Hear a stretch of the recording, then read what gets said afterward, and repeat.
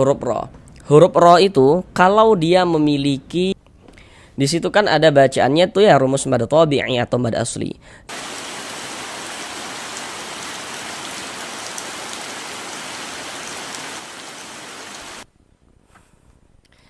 Assalamualaikum warahmatullahi wabarakatuh. Jika memiliki permasalahan, belum lancar dalam membaca Al-Quran, kemudian belum memahami ilmu tajwid, atau merasa kesulitan dalam memahami ilmu tajwid Al-Quran, mari belajar mengaji Al-Quran di channel ini. Di sini kami akan berusaha untuk membantu saudara semuanya, Bapak dan Ibu, agar dapat dengan mudah dalam memahami ilmu tajwid Al-Quran. Jadi nantinya untuk tajwidnya akan kami jelaskan dengan pelan-pelan, ditambah media gambar di dalam penjelasannya, yang insya Allah akan sangat memudahkan saudara semuanya, Bapak dan Ibu, dalam memahami ilmu tajwid Al-Quran. Karena dengan kita belajar tajwid, kemudian kita memahaminya, kita bisa menerapkan ketika baca Al-Quran, maka tentulah akan memperbaiki bacaan Al-Quran kita. Semoganya yang belum lancar bisa segera lancar di dalam membaca Al-Quran. Kami juga selalu mendoakan semoga saudara semuanya, Bapak dan Ibu, diberikan kemudahan oleh Allah Subhanahu wa Ta'ala dalam berusaha untuk memahami ilmu tajwid Al-Quran, supaya dapat dipergunakan untuk memperbaiki dan melancarkan bacaan Al-Qurannya.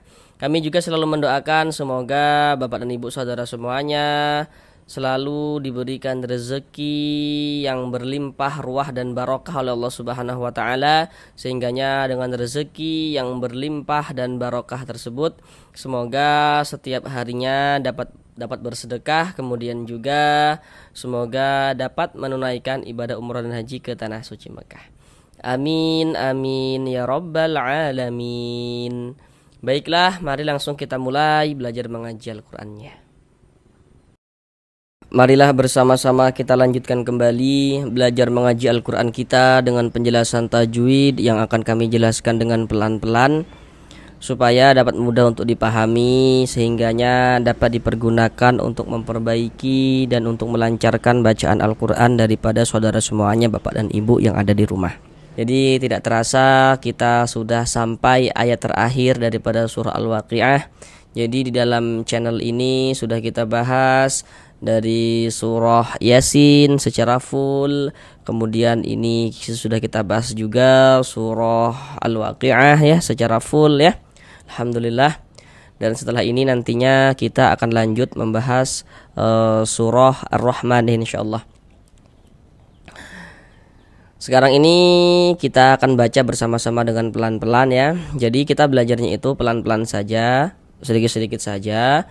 Yang terpenting tajwidnya itu bisa langsung dipahami. Karena ketika kita sudah bisa memahami ilmu tajwidnya, maka kita bisa mengaplikasikannya. Maka kita bisa menerapkan dengan sendirinya ketika membaca Al-Quran di surah apapun dan di ayat manapun. Mari kita baca bersama-sama. A'udzu billahi minasy syaithanir rajim.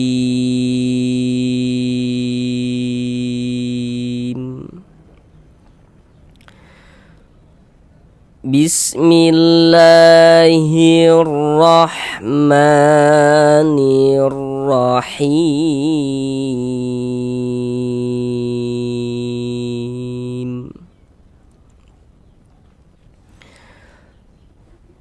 Fasabbih bismi rabbikal azim.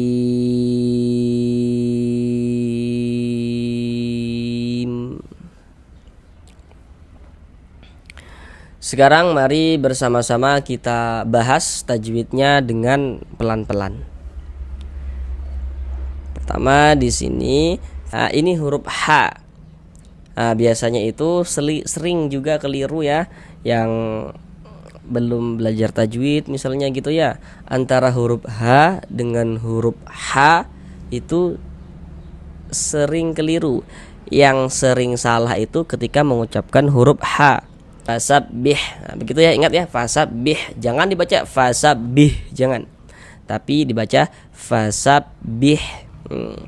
Atau kata guru-guru ngaji di kampung-kampung ya, dulu ketika kami belajar tuh katanya ini ha, ini ha pedas, nah, kayak orang kepedasan ha gitu.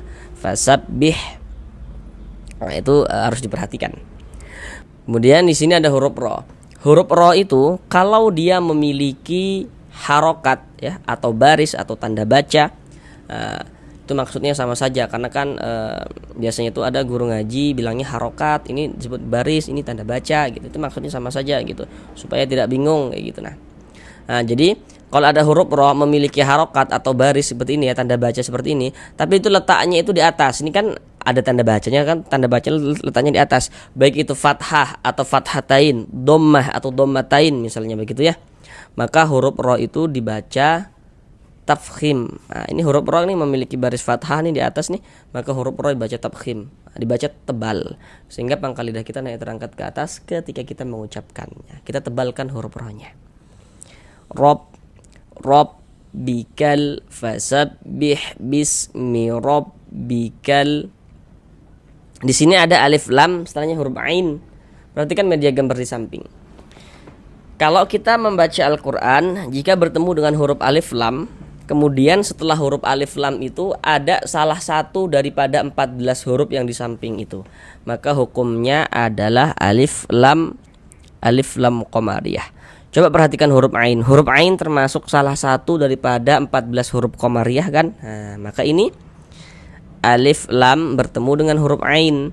Dikarenakan huruf ain ini huruf qamariyah, maka ini hukumnya alif lam qamariyah. Alif lam qamariyah itu disebut juga dengan izhar qamariyah. Nah, jadi kalau misalkan ada yang bilang ini alif lam qamariyah, ini izhar qamariyah gitu ya, nah, itu maksudnya sama saja, supaya tidak bingung ya.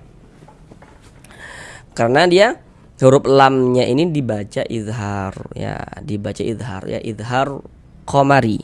Nah, nanti kalau ada yang bilang ini izhar qamari, ya itu maksudnya sama saja juga gitu. Nah, cuman kan kalau biasanya itu ya, kalau di Indonesia itu biasanya itu lebih terkenal dengan nama alif lam qamariyah. Nah, tapi maksudnya nanti kalau misalkan pernah belajar dengan guru ngajinya, ini dulu kami ketika belajar ini disebut dengan izhar qamariyah, tapi ini kami dulu ketika belajar ini disebut dengan izhar qamari. Nah, itu maksudnya sama saja. Lamnya lam qamariyah, izharnya disebut dengan izhar qamari. Kemudian di sini zim. Nah, ini zim pada awalnya ya, ini namanya adalah mad tabi'i. Namun berubah dia menjadi mad arid li sukun. Apa sebabnya begitu? Kenapa kok dari mad tabi'i bisa menjadi mad arid li sukun ini gitu kan? Sekarang perhatikan media gambar di samping. Di situ kan ada bacaannya tuh ya, rumus mad tabi'i atau mad asli. Jadi mad tabi'i itu memiliki 3 huruf mad. 3 huruf mad. Jadi huruf mad itu apa saja huruf-huruf mad itu begitu. Nanti kalau ditanya orang huruf mad itu jumlahnya ada berapa, maka jawab huruf mad itu jumlahnya ada 3. Huruf-huruf mad itu apa saja begitu. Jadi huruf-huruf yang perlu kita perhatikan jika menemukan huruf-huruf seperti yang di samping itu ya, yang pada media gambar itu. Karena itu menyebabkan terjadinya bacaan panjang. Kami jelaskan semuanya begitu ya, karena di ayat yang terakhir ini kan pembahasannya sangat pendek, maka kami jelaskan semuanya begitu. Media gambar yang di samping itu. Di situ ada rumus 1 yang warna hitam, huruf ya sukun sebelumnya harokat kasroh.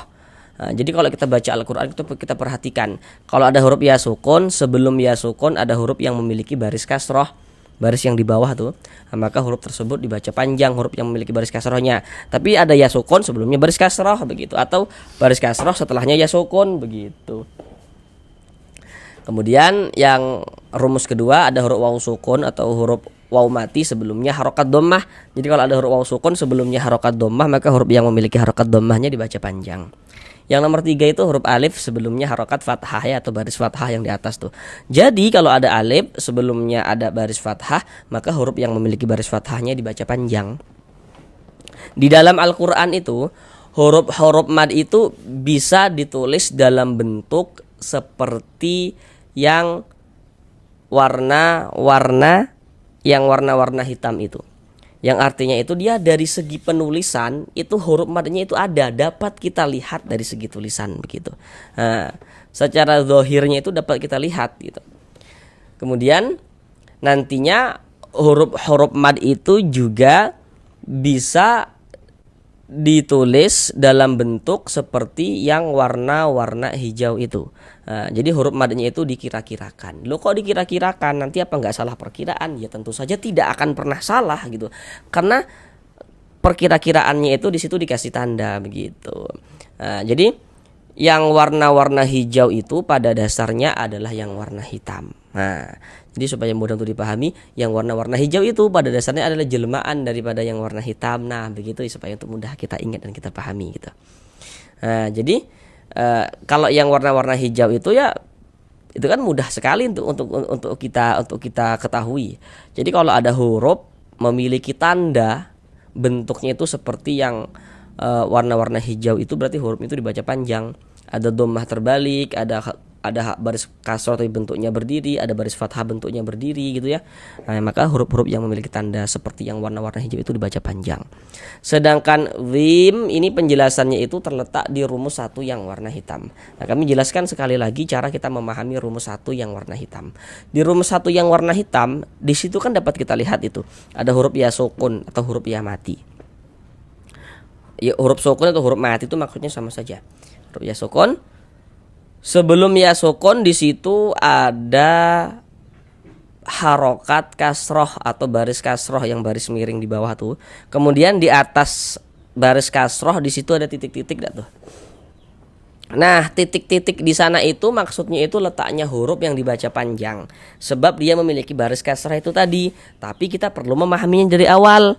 Jadi cara kita memahami dari awal, yakni kalau kita baca Al-Quran ada huruf ya sukun, sebelumnya ada baris kasrah, maka huruf yang memiliki baris kasrahnya dibaca panjang. Nah, jadi kan dapat kita lihat itu ya, berarti ada 2 syaratnya. Ada huruf ya sukun, ada huruf yang memiliki baris kasrah begitu. Sehingga huruf yang memiliki baris kasrah tersebut dibaca panjang. Contoh dalam bacaan Al-Quran itu seperti ini. Nah, ini kan ada huruf ya, ada tanda sukun, huruf ya sukun berarti atau huruf ya mati. Sebelum ya sukun sebelah sininya nih ya, sebelah kanan kita sebelah sini, huruf ya sukun sebelumnya sebelah sininya nih. Bukan sebelah sini tapi sebelah sini. Ada huruf ya sukun, sebelah sininya nih ada ini baris kasroh nih. Baris nih namanya baris kasroh nih atau harokat kasroh atau tanda baca kasroh. Ada huruf ya sukun, sebelumnya ada harokat kasroh, maka huruf yang memiliki harokat kasrohnya dibaca panjang, huruf yang memiliki harokat kasrohnya dibaca panjang. Sehingganya dhi kita baca panjang. Dhi ini pada awalnya dia namanya mad tabi'i sesuai dengan rumus 1 yang warna hitam.